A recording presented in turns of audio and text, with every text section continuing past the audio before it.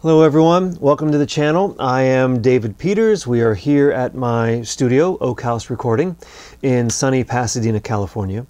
And today I wanted to share something I think is pretty cool with everyone. Today we're going to talk about the Overstayer Stereo Field Effect Compressor Limiter. So it's been parked over on my drum bus. I haven't had it very long, so all we're going to do today is run a drum loop through it. I'm going to tweak some knobs. You're going to hear what it can do, and hopefully that lets you know about it. So without further ado, let's head over and check it out. So here we are over at the Stereo Field Effect Compressor Limiter. You can think of the SFE as a pair of 1176s or as an 1178. This is kind of their take on that. So you're going to see some similarities in how they work. So first of all, here we have just an engage switch that's just in and out.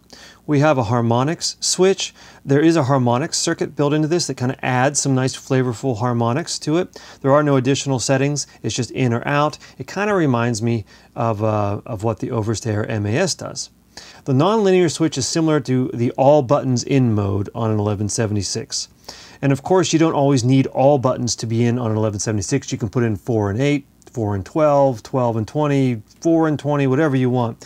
And so whenever you engage that switch, it still does respond to the changes in ratio over here. So because this is like an 1176, it is a fixed threshold compressor, meaning you can adjust the amount of compression you get by driving the input signal. Okay, so you got your input signal here, then an output signal. Next we have a cool feature, which is a blend knob. It's for wet and dry, kind of like many plugins do and some gear's doing these days. Then you have your standard attack and release settings. You have your ratio, but this is super cool. This is the side chain switch. So this is a stereo unit or a dual mono unit. In the down position, you have your side chain internal, which means it's just listening to whatever's coming into it and responding, and left and right will be tied together. If you move it to the middle position, this separates left and right. So now you have a dual mono compressor. So you can use that just to get a dual mono effect on a stereo source, or you can put two completely different signals through it, as long as you're happy with it having the same settings on both signals. And then in the upward position, we have the external side chain setting. This is super cool. There is a pair of inputs on the back to bring in any signal you like to act as your side chain. So that means that if the side chain filter that's already built in isn't working for you EQ wise, you can specialize the EQ of the side chain if you like. You can also bring in a completely different signal to act as your side chain. This is for ducking or for different types of side chain compression you might like. It's a super handy feature. I really love it. So let's take a listen.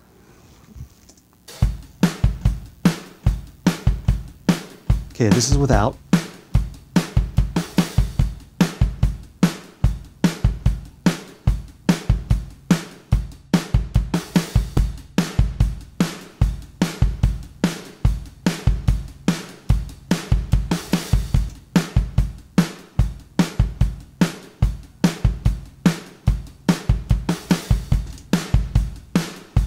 It's got a great thwap to it. Let's see what the harmonics are doing. Let's take them out.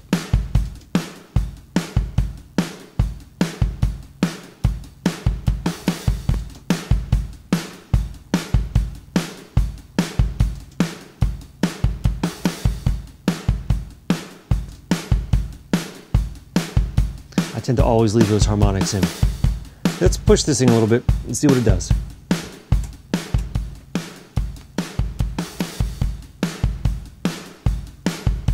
There's an 8-to-1 ratio.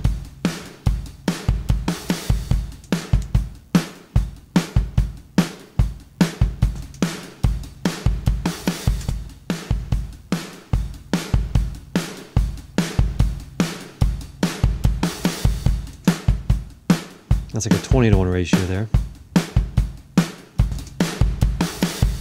So that's a little extreme, but we can blend it in.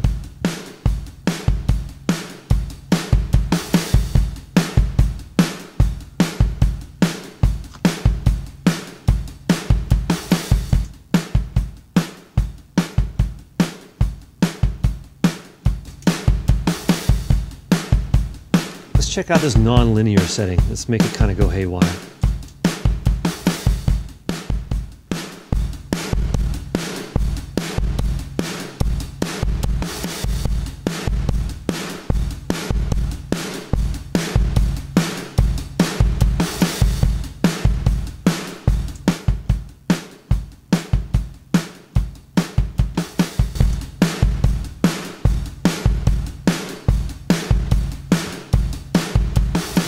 cool. Let's make it break apart. So that's non-linear with the ratio all the way up. Attack and release as fast as they go. Now it falls apart.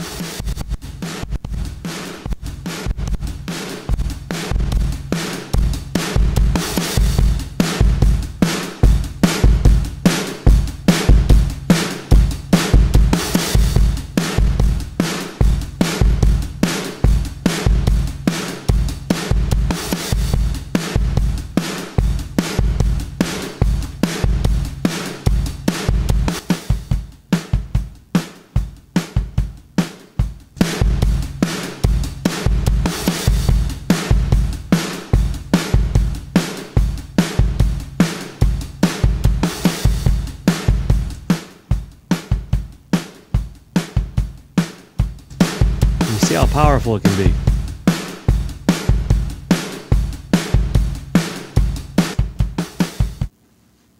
Another thing that might be useful to hear is I'm going to put the rest of the instruments back in the mix with these drums. It's just a short loop, but I'm going to just do some mellow settings just so you can hear, you know, the subtle enhancement of what this does in your mix. So we're going to start where we were at the beginning with a low ratio, all the way wet blend, no harmonics. Then we'll see what happens when we bring in the harmonics.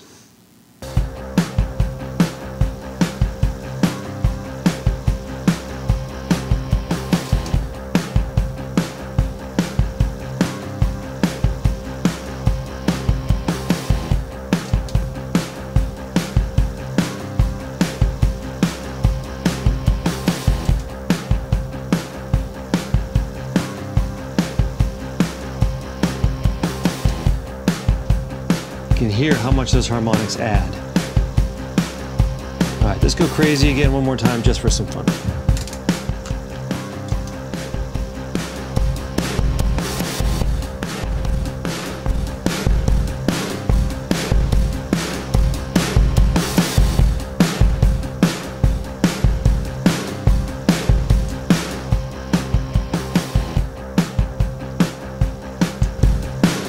I know those aren't quite volume matched, but I don't think with these extreme settings it really matters to know what it's doing.